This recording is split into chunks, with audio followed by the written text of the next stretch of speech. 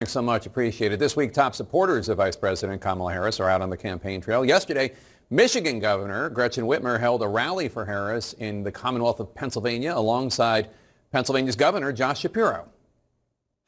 How good is Josh Shapiro? Well, he's gotten a heck of a lot done in over the last year and a half.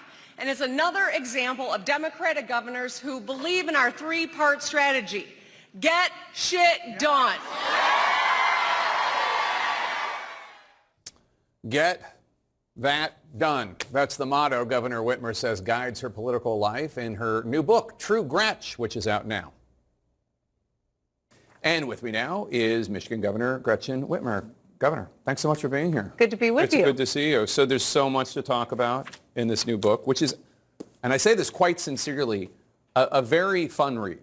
A very fun read. And the reason I say that sincerely is because I read a lot of politicians' books.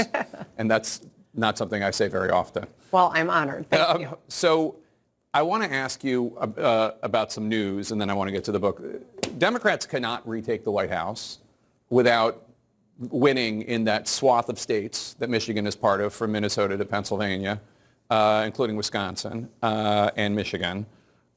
When Vice President Harris picks her running mate, do you think it is important that that swath of the country be represented in her pick? I'm not asking you to pick a specific person, but there are a number of people from all the way from Minnesota all the way to Pennsylvania. Do you think that that should be a consideration?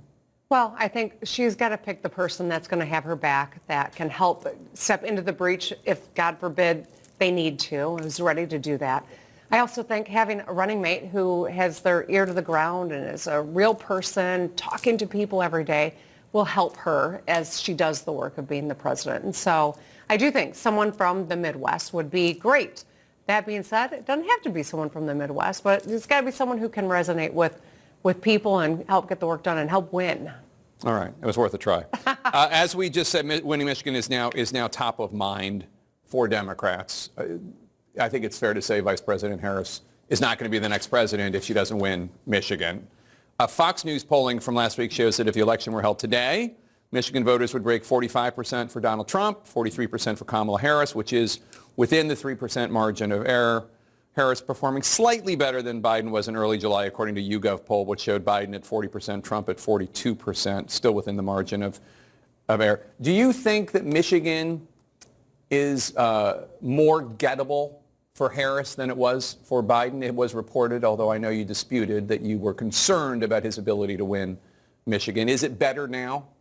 Well, listen, I didn't dispute I'm concerned. I disputed how it was, the words that were attributed to me were not accurate. Unwinnable was not accurate. Correct. And Michigan's always going to be a battleground. Same with Pennsylvania, same with Wisconsin. You cannot take any of these states for granted. The road to the White House goes through these three states. And that's why I think it's so important that we have a huge presence. And what we're seeing in Michigan on the ground, I can tell you, I was in campaign offices early last week. People are calling to volunteer. People are starting to make contributions. I mean, we're really seeing the surge in energy. I was in New Hampshire at the end of the week on behalf of the vice president. 50 people we expect in the backyard in the middle of the day on a Friday. We had 250 show up. Last night when I was in Pennsylvania with Josh Shapiro, we thought originally the planning was a couple hundred people. It was 1,300 people who stood in line for hours to be there for Josh and me. I mean, it's flattering, but we're not the principals, and yet we're seeing this great excitement around the Harris campaign. So I'm fired up, but I'm also sober. This is going to go down to the wire in most of these states, and we can't take any person or any vote for granted. So let's turn to the book, True Gretch, in which we are treated to this little ditty. We ain't even about to stress. We got Big Gretch. You can find her in the press. It's a catchy tune, isn't it? Do you like it? I love it. How often do you actually listen to it? I don't listen to it that often, but my sister has it as the ringtone when I call her. So this song came out during COVID. You ultimately took it as a compliment, which is how it was intended, although your staff had to explain it to you. You write in the book. You saw it as people in Michigan seeing, or Detroit specifically, I guess, seeing you as having their back during COVID. And I wanted to ask you, because a lot of the book is about COVID.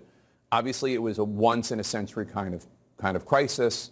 When you look back, would you have done anything different if you knew then what you know now, when it comes to schools, when it comes to the nursing home order that you put into place in April and rescinded in June, would you have done anything different? Oh, yeah, if I could go in a time machine with the knowledge we've accumulated and make different decisions along the way, sure. I think any leader worth their salt would say the same thing. None of us knew what we were confronting. It was a novel virus. We were building the plane as we were flying it in 50 different states, 50 different policies, and we had a White House that was not only disseminating misinformation, but they were pitting us against one another by telling us to go find our own masks and gloves. I talk about that in the book, this kind of Hunger Games style race that each of us was in just to get masks and gloves for our doctors and nurses when our hospitals were overwhelmed. So sure, I mean, knowing what we know now, if I could go back, I would certainly do some things different, but I'm proud of what we did. And I can tell you, the people of Michigan, I think, by and large, we got through this as well as we could, and we're seeing our economy growing, and there's a lot of good stuff going on, but it was a tough time. What do you think would be the number one thing that you would do differently? Well, think about what we were confronting, right?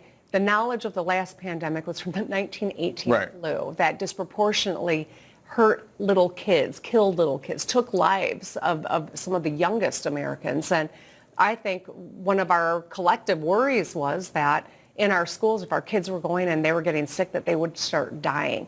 We did not know it was respiratory in nature. We didn't know that it would be people on the other end of the age spectrum who would be most vulnerable. And so I think that the education stuff, we would have been able to do a lot more to help our kids. So you first emerged on the national stage, the first time a lot of people watching right now probably heard of you, when you shared the story on the state Senate floor of the horrible experience you had at Michigan State when you were raped. And you were minority leader. It was 2013 at the time. Republicans in the legislature were trying to push through a bill requiring women in Michigan to buy extra health insurance for abortion coverage, even in cases of rape and incest. I want to play this moment from your speech on the floor that day.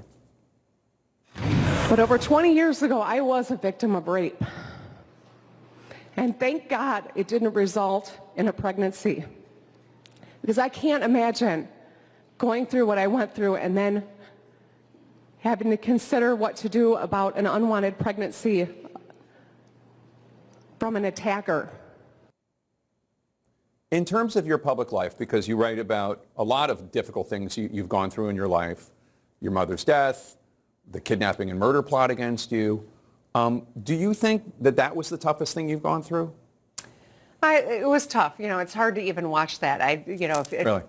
I can hear how close I am to crying in the middle of it.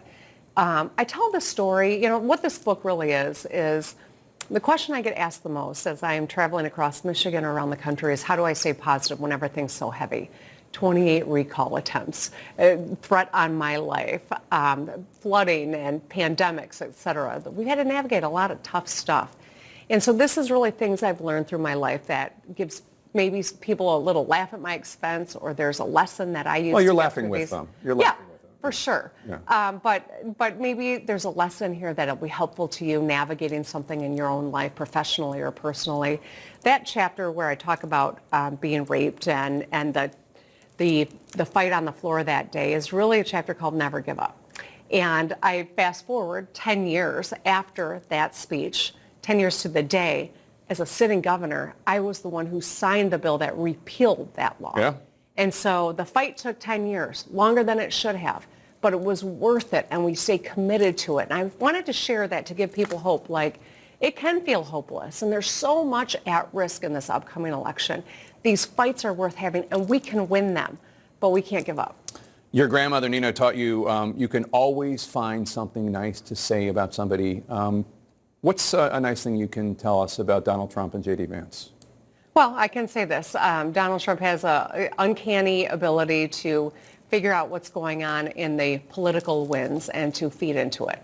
I don't think it's ever for the purpose of solving a problem. It's about making, opportunities for himself. But he has been able to do that really well, and I think that's something we should never underestimate.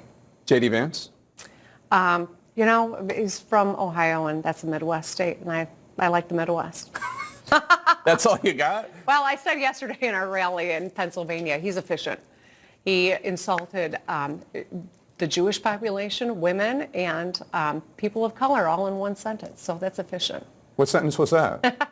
I'll look it up for you, Jay. Okay, I appreciate it. Michigan Governor Gretchen Whitmer, thank you so much. The book, of course, is True Gretch, What I've Learned About Life, Leadership, and Everything in Between. It is a very fun read. We have some